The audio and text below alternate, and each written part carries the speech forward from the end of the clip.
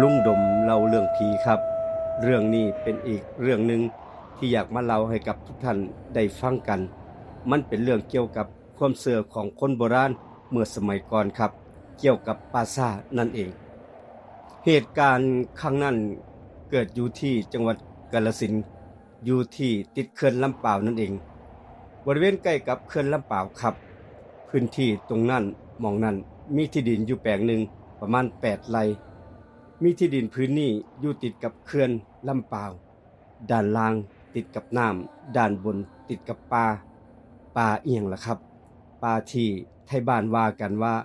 มันบ่แม่นป่าธรรมดาแต่มันเป็นป่าซ่านั่นเองมันคือป่าซ่าเก่าแก่ของหมู่บ้านครับมีมาตั้งแต่ก่อนที่สิมีเขื่อนลำปาวอีกป่าซ่าเก่าที่มีมาก่อนเขื่อนลำปาวนี่ล่ะไทยบ้านเราว่ามันมีตำนาน มีเรื่องเราจนถึงทุกมือนี่ก่อนสิมีเขื่อนลำปาวพื้นที่แถบนั้นเป็นหมู่บ้านเก่าครับและมีป่าผืนหนึ่งถูกใช้ให้เป็นประโยชน์ที่ไว้เอาสำหรับเฮ็ดฟืนเผาศพของไทบ้านบริเวณนั้นหลายหมู่บ้านปราสาทแห่งนั้นมีพื้นที่อยู่ประมาณ20ไร่ไทบ้านเอิ้นว่าปราสาทกลางดอนเวลามีคนตายสิมีศพ เอาศพมาหม้องนี้หม้องเดียวก่อฟื้นขึ้นก่อกองฟ้อนเขาเอิ้นก่อกองฟ้อนเชิงตะกอนนั่นแหละครับเผาศพกันกลางป่าเลยทีเดียวสมัยก่อนควันไฟลอยขึ้นฟ้าและเท่ากระดูกก็ถูกฝังไว้ในป่าแห่งนั้นเวลาผ่านไปหลาย10ปีครับการเวลาได้เปลี่ยนไปบรรยากาศระบบวิเวศเปลี่ยนไปปราสาทก็ยังคงอยู่ตั้งอยู่หม้องนั้นป่าก็ยังอยู่หม้องนั้น แม้นแต่ไทบ้านสิขยับขยายออกไปอยู่ใกล้ปราสาทซำใดแต่ป่าก็ยังถูกอนุรักษ์ไว้คือเก่าแต่ปราสาทแห่งนี้ก็ยังคงเป็นที่รู้จักกันดีว่าผู้ใดบ่ควรที่เข้าไปยุ่งเกี่ยวกับป่าแห่งนี้ไทบ้านบางคนก็บ่ย้านกันไปหาของป่าไปหาเห็ดไปหาไข่มดแดงไปหาสัตว์ป่าต่างๆอยู่ในป่าแห่งนั้นหลายต่อหลายครั้งบ่มีผู้ใดเจออีหยังแต่เรื่องราวมันเกิดขึ้น อยู่กับป่าแห่งนี้เป็นเรื่องที่เล่ากันเป็นเรื่องที่ร้อนๆเล่ากันว่ามีหยังบางอย่างอยู่ในป่าแห่งนี้ครับมีครอบครัวหนึ่งมีที่ดินอยู่8ไร่ที่ดินพื้นนั้นอยู่ติดกับป่าซ่าด้านล่างติดกับน้ำเขื่อนลำปาวครับด้านบนติดกับป่าแห่งนี้ก็คือป่าซ่านั่นละตอนกลางเว้นดูที่แบบปกติธรรมดาบ่มีหยังเกิดขึ้น แต่ทุกอย่างบ่ปกติสำหรับกลางคืนครับลมพัดเย็นๆมีคนเดินผ่านไปมาไทบ้านก็ยังคงหาของป่าอยู่เป็นประจำอยู่ในป่าแห่งนั้นป่าที่เอิ้นว่าป่าซ่าบางคนเขาไปเก็บเห็ดครับแย่ไข่มดแดงก็มีครับบางคนก็ไปตัดไม้มาเฮ็ดฟืนแล้วแต่พอตกกลางคืนเท่านั้นล่ะบรรยากาศมันเปลี่ยนไปทันทีหม้องนั้นป่าแห่งนั้น แต่สำหรับกลางคืนบรรยากาศอยู่ในป่าแห่งนั้นมันเปลี่ยนไปครับตอนกลางคืนบ้านนั้นบ้านสวนเนื้อที่8ไร่มันเงียบหลายเงียบจนได้ยินเสียงลมพัดผ่านต้นไม้เสียงนกกลางคืนห้องฮูกฮูกฮูก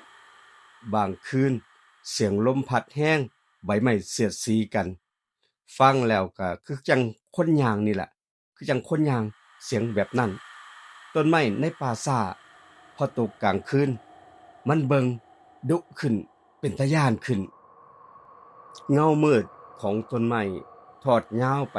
ด้านบนของสวนครับหลายครั้งยืนมองไปทางป่าแห่งนั้นรู้สึกว่าเหมือนมีผู้ใดบางคนยืนมองกลับมาเสียงคนคุยกันอยู่ในป่าครับคืนหนึ่งนอนบ่หลับมื้อนั้นออกไปนอนอยู่กระท่อมในสวนนี่แหละนอนบ่หลับ เวลาน่าสิประมาณสัก3ทุ่มกว่าๆและแล้วก็ได้ยินเสียงคนคุยกันเสียงเหมือนคนคุยกันหลายๆคนตอนแรกๆคิดว่าอาจสิมีไทบ้านมาหาของป่าเวลานี้บ่แต่พอฟังดีๆเสียงนั้นมันดังมาจากในปราสาทแห่งนั้นดังคุยกันคล้ายๆคนหลายๆคนคุยกันเสียงดังมาเรื่อยๆ แว่วๆมากับสายลมตอนนั้นเสียงเบาๆครับคือจังกำลังคุยกันเรื่องหยังบ่ฮู้จับใจความบ่ได้แต่แปลกอย่างหนึ่งคือฟังเท่าใดฟังบ่ออกจักเขาคุยอิหยังกันก็อยู่บ่ไกลอยู่บ่ห่างกันเพราะปานใดแต่ก็ฟังบ่ออกเอ๊ะมันคุยอิหยังกันคุยกันเสียงดังขึ้นมาเรื่อยๆเรื่อยๆฟังแล้วบ่แม่นเสียงคนแน่นอนครับตัดสินใจฉายไฟไปมองนั่นเสียงนั่นล่ะส่องไปทางป่าแห่งนั้นแต่ก็บ่เห็นผู้ใดเสียงยังคงดังขึ้นมาอยู่ตอนนั้นดังขึ้นมาเหมือนกับว่าคนยืนคุยกันอยู่ใต้ต้นไม้นั่นล่ะแต่ในลำแสงไฟฉายที่ส่องไปบ่มีผู้ใดอยู่หม้องนั้นผมพยายามตั้งใจฟังส่องไฟไปมองต้นเสียงหม้องนั้นเสียงนั้นเหมือนกับฟังคล้ายๆเสียงผู้หญิงกับผู้ชายคุยกันเบาๆเหมือนกำลังนั่งล้อมวงคุยกันนั่นล่ะแต่สิ่งที่เป็นตาย้านที่สุดก็คือเสียงนั้นดังมาจาก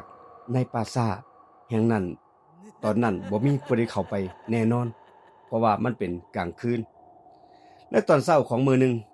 ผมนำเรื่องนี้ไปเล่าให้กับผู้เฒ่าอยู่ในบ้านนั่นล่ะฟัง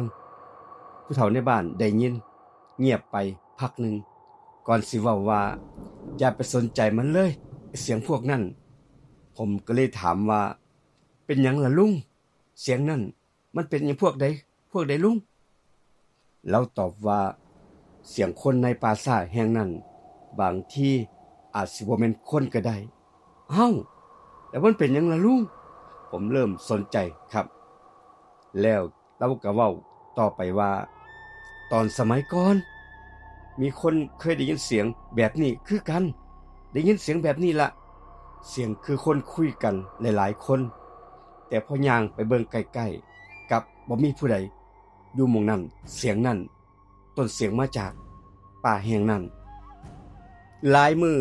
ได้ผ่านไปครับผมก็ยังคงได้ยินเสียงนั้นอยู่ตลอดเวลาแต่มีอีกคืนหนึ่งคืนถัดมาเสียงนั้นดังขึ้นชัดกว่าทุกครั้งที่ได้ยินคืนนั้นลมพัดแห้งครับต้นไม้ไหวไปทั้งป่าเลยทีเดียวเหมือนกับเกิดพายุขึ้นหมองป่าหมองนั้นละเสียงนกกลางคืนห้องดังระงมและแล้วจู่ๆเสียงคนคุยกันก็ดังขึ้นมาเรื่อยๆเหมือนกับว่าอยู่ใกล้ๆกับสวนที่ผมอยู่นั่นล่ะทุกคนคุยกันเหมือนยืนอยู่คุยกันอยู่แค่บ่กี่เมตรห่างจากสวนผมตอนนั้นผมหยิบไฟฉายขึ้นไปเบิงส่องไปมองนั้นต้นเสียงเดินไปที่รอบๆสวน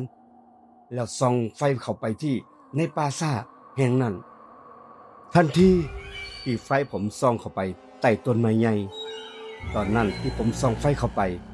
เสียงคนคุยกันหยุดทันทีป่าทั้งป่าเงียบสนิทเหมือนทุกอย่างหยุดลมหายใจตอนนั้นแล้วไฟลำแสงไฟฉายผมนี่แหละไปกระทบกับเงาหนึ่งยืนอยู่ใต้ต้นไม้ร่างสูงผอมยืนนิ่งบ่ขยับตอนนั้น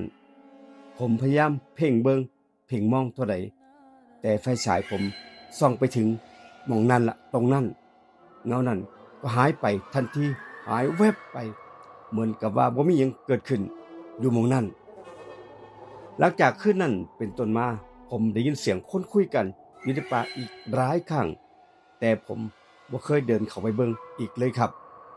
เพราะว่าผู้เฒ่าผู้แก่เพิ่นเคยบอกว่าป่าซ่าที่บ่มีคนเอาศพมาเผาโดนบ่ได้เอาศพมาเผาโดนแล้วหม้องนี้บางครั้งวิญญาณก็ยังคงกลับมาร่วมตู้กันอยู่หม้องนี้เหมือนกับว่าตอนที่พวกเขายังมีชีวิตอยู่และบางคืนพวกเขาก็ยังเว้ากันคุยกันอยู่คือเก่าคือเดิมอยู่ในป่าแห่งนั้น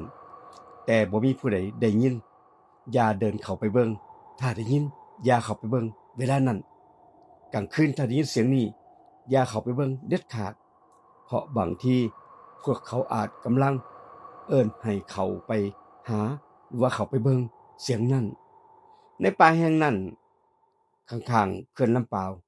จังหวัดกาฬสินธุ์เรื่องราวเกิดขึ้นเป็นเรื่องจริงที่เกิดขึ้น